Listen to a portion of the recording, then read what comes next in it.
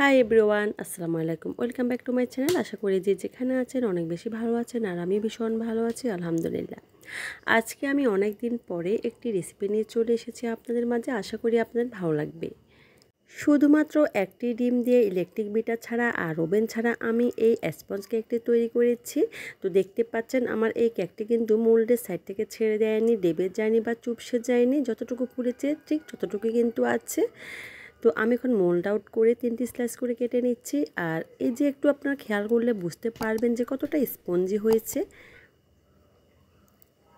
তো আমার চ্যানেলে অলরেডি অনেকগুলো কেকের রেসিপি আছে, আমি চুলায় বানিয়ে বানিয়ে দেখিয়ে দিয়েছি। আপনার চাইলে আমার সেই রেসিপিগুলো দেখতে পারেন, তাহলে আপনার অনেক বেশি উপকারে আসবে। আর এই যে দেখতে পাচ্ছেন এই কেকটি এতটা সফট হয়েছে, একদম তুলোর মতো নরম হয়েছে দেখতে পাচ্ছেন।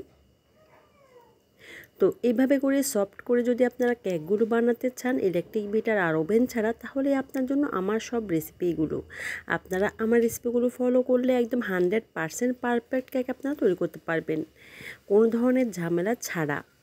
আমি কেকের মধ্যে যত ধরনের ডিটেলস রেসিপি আছে সব কিছু কিন্তু শেয়ার করি আমার রেসিপিগুলোতে। আমার রেসিপিগুলো আপনার ফলো করলে তখন বুঝতে পারবেন। এই যে দেখতে পাচ্ছেন 3টি স্লাইস করে কেটে নিয়েছি। এখন হচ্ছে আমি ডেকোরেশন করে নিচ্ছি। তো সেজন্য বোর্ডের উপরে একটু বেশি পরিমাণে ক্রিম লাগিয়ে দিয়েছি।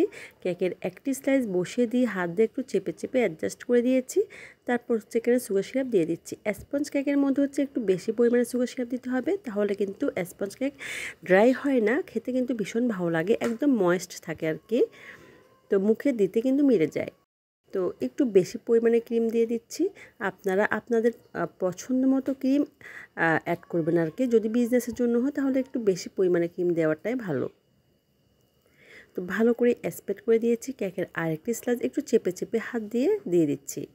তো সেমভাবে সুগার সিরাপ দিয়ে দিচ্ছি। আর হ্যাঁ, আপনারা যদি এই কেকটাকে আর একটু টেস্টি করতে চান, তাহলে এখানে কিন্তু মিল্ক সিরাপ আপনারা অ্যাড করতে পারেন, তাহলে কিন্তু এই কেকটা খেতে আরও ভীষণ ভালো লাগবে। তো সেমভাবে ক্রিম দিয়ে দিচ্ছি। তো কেকের যে স্লাইসটি একদম নিচে, তো সেই স্লাইসটি সবার উপরে দিয়ে দিচ্ছি, এতে করে ফিনিশিংটা ভালো আসবে।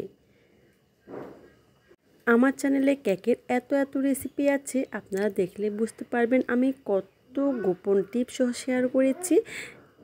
কেকের মধ্যে যত গোপন টিপস আছে, কিভাবে আপনারা খুব ইজিলি কেকগুলো তৈরি করতে পারবেন, চুলায় কিভাবে কেকগুলো তৈরি করতে পারবেন, A to Z সম্পূর্ণ আমার রেসিপিগুলোতে আমি দিয়ে দিয়েছি, দেখিয়ে দিয়েছি। আপনারা আমার রেসিপিগুলো জাস্ট একবার ট্রাই করেন, তাহলে আপনারা বুঝতে পারবেন কতটা পারফেক্ট। এখন হচ্ছে হালকা একটু ক্রিম দিয়ে ক্রাম কোটিং করে দিচ্ছি। তারপর একটু বেশি পরিমাণে ক্রিম দিয়ে কাভার করে দিচ্ছি। এভাবে ক্রাম কোটিং করে নিলে দেখা যাবে যে কেকের ফিনিশিংগুলো খুবই সুন্দর হয় আর কি। কেকের যে ছোটো ছোটো গুটি গুটি অংশ, সেগুলো কিন্তু এর উপরে উঠে আসে না। একটু বেশি পরিমাণে ক্রিম দিয়ে এভাবে করে একটা দিলেই খুব ইজিলি কিন্তু ফিনিশিংটা চলে আসে। একটু বেশি পরিমাণ ক্রিম দেওয়ার চেষ্টা করবেন, আর যে যে জায়গায় আপনার মনে হবে যে ক্রিম আর একটু লাগবে, ওই জায়গায় আর একটু ক্রিম দিয়ে দেওয়ার চেষ্টা করবেন। যারা নতুন আছেন আর কি 2 থেকে 3 বার এভাবে ট্রাই করবেন, তাহলে হয়ে যাবে। আমার সব রেসিপি হচ্ছে 100% পারফেক্ট রেসিপি। যে রেসিপিগুলো আমি নিজে ট্রাই করে 100% পারফেক্ট হই, ওই রেসিপিগুলোই হচ্ছে আমি বেছে বেছে আপনার সাথে শেয়ার করি। তো কীভাবে ঘুরিয়ে ঘুরিয়ে হচ্ছে এই কেকটাকে আমি ফিনিশিং দিয়ে দিচ্ছি। আশা করি আপনারা একটু ভালো করে মনোযোগ দিলে কিন্তু বুঝতে পারবেন। এখানে কিন্তু বলে দেওয়ার কিন্তু কিছুই নেই, সবগুলো কিন্তু আইডিয়ার উপর নির্ভর করে।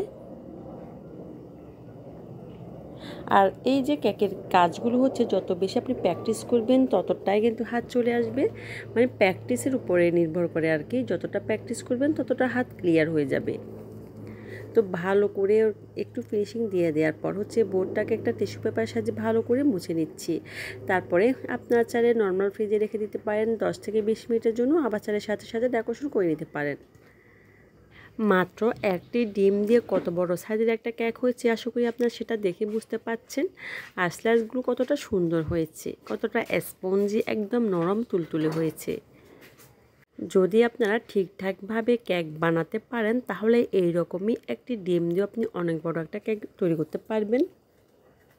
এই রকম একটা কেক স্ক্র্যাপার দিয়ে আমি হচ্ছে একটা ডিজাইন দিয়ে দিচ্ছি। এভাবে করে ঘুরিয়ে ঘুরিয়ে নিলে কিন্তু এই ডিজাইনটি তৈরি হয়ে যাবে। শুধুমাত্র একদম আলতো হাতে হাত দিয়ে ধরে ঘোরাতে হবে, আর এখানে কিন্তু কিছু করতে হবে না। এই তো হয়ে যাচ্ছে। এভাবে যাদের একদম ফিনিশিং ভালো আসে না তারা চাইলে এই ডিজাইনটি করতে পারে, তাহলে কিন্তু ভালো ডিজাইন ভালো যে ফিনিশিং হয়নি সেটা কিন্তু আর বোঝা যাবে না। আমি ছোট্ট একটা স্টার নজল দিয়ে এইভাবে করে ফুলগুলো বানিয়ে নিচ্ছি। তো এখানে আমি হালকা একটু পিঙ্ক কালার অ্যাড করেছি ক্রিমের মধ্যে, তারপর হোয়াইট কালারের ক্রিম দিয়ে এভাবে করে ফুলগুলো দিয়ে দিচ্ছি। অনেকেরই কমপ্লেন থাকে যে ক্রিমের মধ্যে কালার অ্যাড করলে নাকি ক্রিম নরম হয়ে যায়, তবে আমার ক্ষেত্রে এটা কিন্তু কখনো হয়নি। কখনো ক্রিমের মধ্যে কালার অ্যাড করলে আমার ক্রিম কখনো কিন্তু নরম হয়ে যায়নি। তো আপনারা একদম পারফেক্টলি যদি ক্রিমটা তৈরি করতে পারেন তাহলে কিন্তু কালার অ্যাড করলেও কিন্তু নরম হয়ে যাবে না।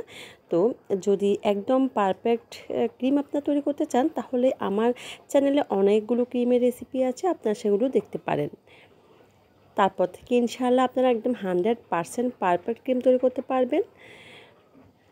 তো এখন হচ্ছে কয়েকটা পাতা দিয়ে দিচ্ছি আর কি একটা লিপ নজলের সাহায্যে। এই যে সবুজ মানে পাতা কালারটা আনতে কিন্তু অনেকটা টাপ আছে। তো এখানে একটু বেশি পরিমাণে সবুজ ফুড কালার, তারপর একটু অল্প পরিমাণে ইয়েলো ফুড কালার অ্যাড করে তারপর এই কালারটি তৈরি করা যায়। তো এই ক্রিমটা কিন্তু একটু নরম হতে পারে, তাতে কিন্তু কোনো সমস্যা নেই। যখন আপনি এভাবে ডেকোরেশন করে ফ্রিজে রেখে দিবেন তখন কিন্তু একদম ভালোভাবে সেট হয়ে যাবে। তো এই তো ফাইনালি কিন্তু আমার কেকটা কিন্তু ডেকোরেশন করে নেওয়া হয়ে যাচ্ছে। আমি একদম সিম্পলের মধ্যে এইভাবে করে এই কেকটাকে ডেকোরেশন করে নিয়েছি। ইদানিং কিন্তু আমি ভালো করে কিন্তু কেকের রেসিপিগুলো শেয়ার করতে পারি না সময়ের অভাবে। তো আজকে ভাবলাম একটা রেসিপি আপনার জন্য শেয়ার করে দিই, অনেকদিন হয়ে যাচ্ছে। তো আশা করি আপনার ভালো লেগেছে। যদি ভালো লেগে থাকে তাহলে প্লিজ আমার চ্যানেলটি সাবস্ক্রাইব করে, লাইক করে, কমেন্ট করে আমাকে অবশ্যই উৎসাহিত করবেন। আসসালামু আলাইকুম, আল্লাহ হাফিজ।